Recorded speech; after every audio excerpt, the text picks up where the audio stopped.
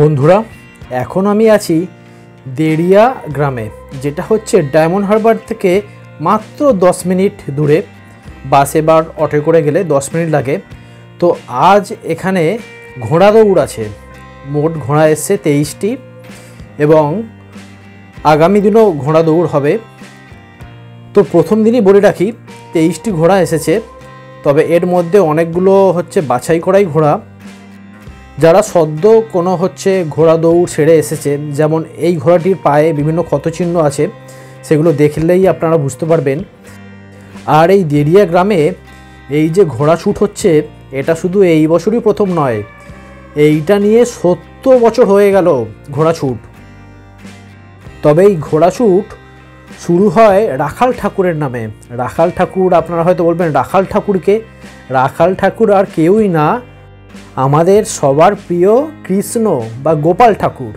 ঘোড়া শ্যুটের আগের দিনও অনেক ঘোড়া এসে গেছে এবং দিনের দিনও অনেক ঘোড়া এসেছে।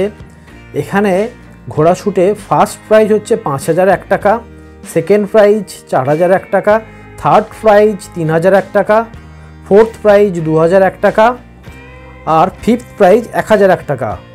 এবং যতজন ঘোড়সওয়ারি ঘোড়া নিয়ে প্রতিযোগিতায় নাম দেবেন, তাদের সবাইকেই 501 টাকা করে দেওয়া হবে।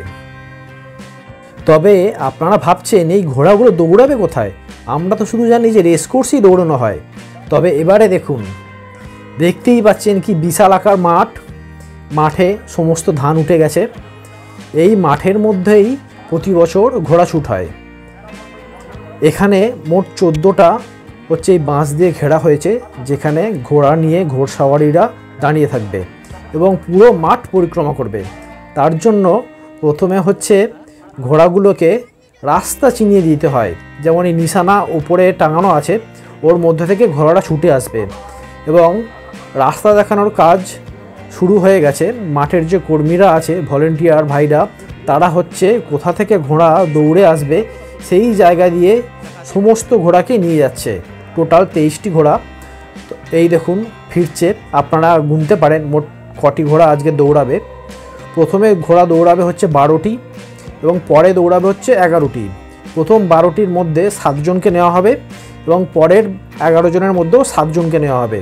মোট 14 জন ঘোড়া আর তার সাওয়ারি আজকের প্রতিযোগিতায় উঠবে। তার থেকে first, second, third, fourth, fifth হবে এবং বাকি যারা থাকবে 5 জন হয়ে গেলে যে 18 জন, সবাইকেই 501 টাকা করে দেওয়া হবে। তো এর মধ্যে অনেকে বাজে ঘোড়াও আছে, যেমন ছোট ঘোড়া, অনেকে আবার তেজি ঘোড়াও আছে। তো আমরা একটা ঘোড়ার নাম করছিলাম, সাদা রঙের একটা ঘোড়া, সবথেকে প্রথম আপনারা দেখেছেন হয়তো। তো সেই ঘোড়াটি আমাদের ইচ্ছা ছিল যে ফার্স্ট হবে, কারণ ঘোড়াটাকে দেখে খুব স্বাস্থ্যবান এবং খুব তেজি ঘোড়া মনে হয়েছে। এই ঘোড়াটা ফার্স্ট হতে পারে, জানিস? এই ঘোড়াটা হেভি ঘোড়া।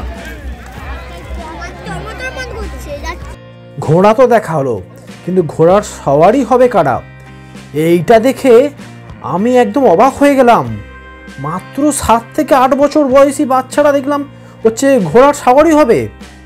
এত অল্প বয়সে এরা ট্রেনিং পায় কোথা থেকে? এইটা নিয়ে আমি ভাবতে অবাক হচ্ছিলাম। কিন্তু যখন আসল রেস শুরু হলো, তখন দেখে তো আমি অবাক হয়ে গেলাম। মোট যে 23টা ঘোড়া দৌড়ালো, তার মধ্যে একজন বয়স্ক লোক ছিল, তারপরে ম্যাক্সিমাম সব 7 থেকে 15-16 বছরের মধ্যে বাচ্চারা।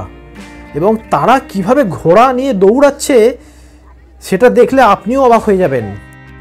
ঘোড়া এবং ঘোড়সওয়ারিরা সবাই একে একে পুরো মাঠ পরিক্রমা করে নিল, দেখে নিল তারা কোন পথে যাবে এবং কোথায় গিয়ে আসতে হবে নিশানা। তো সবাই মোটামুটি চলে এসছে। তবে মাঠ যে একেবারে শুকনো সেটা কিন্তু না, মাঝে মাঝে কিন্তু কাদাও আছে। কারণ 2-3 দিন আগেই ভালো রকম বৃষ্টি হয়েছে, পরপর 3 দিন বৃষ্টি হয়েছে এখানে। তার জন্য মাঠ কিন্তু মাঝে মাঝে কাদা রয়ে গেছে। তো তার উপর দিয়েই ঘোড়া কিন্তু দৌড়াবে। তো এবারে দেখুন, ঘোড়ারা সব একে একে লাইন দিয়েছে। প্রথমে হিট হবে 12টা ঘোড়ার, তারপরে 11টা ঘোড়ার, এদের মধ্যে থেকে 7টা করে বাছাই হবে এবং ফাইনাল পর্বে 3টে রাউন্ড হবে। এই ঘোড়া প্রতিযোগিতা দেখার জন্য এখানে প্রত্যেক বাড়িতেই আত্মীয়রা চলে আসে। যেমন আমরাও গিয়েছিলাম আমাদের পিসির বাড়ি। যে পিসির বাড়ি হচ্ছে ডায়মন্ড হারবার নগেন্দ্র বাজারে আমি যে মাছের ভিডিও করি সেই পিসির বাড়িতেই এখানে নয় করে তাও এখানে 5-6 হাজার দর্শক উপস্থিত হয়েছে এই ঘোড়া দৌড় দেখার জন্য।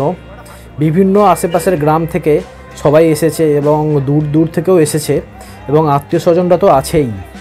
তাহলে বুঝতেই পারছেন দেড়িয়া গ্রামের ঘোড়া দৌড় কেন বিখ্যাত।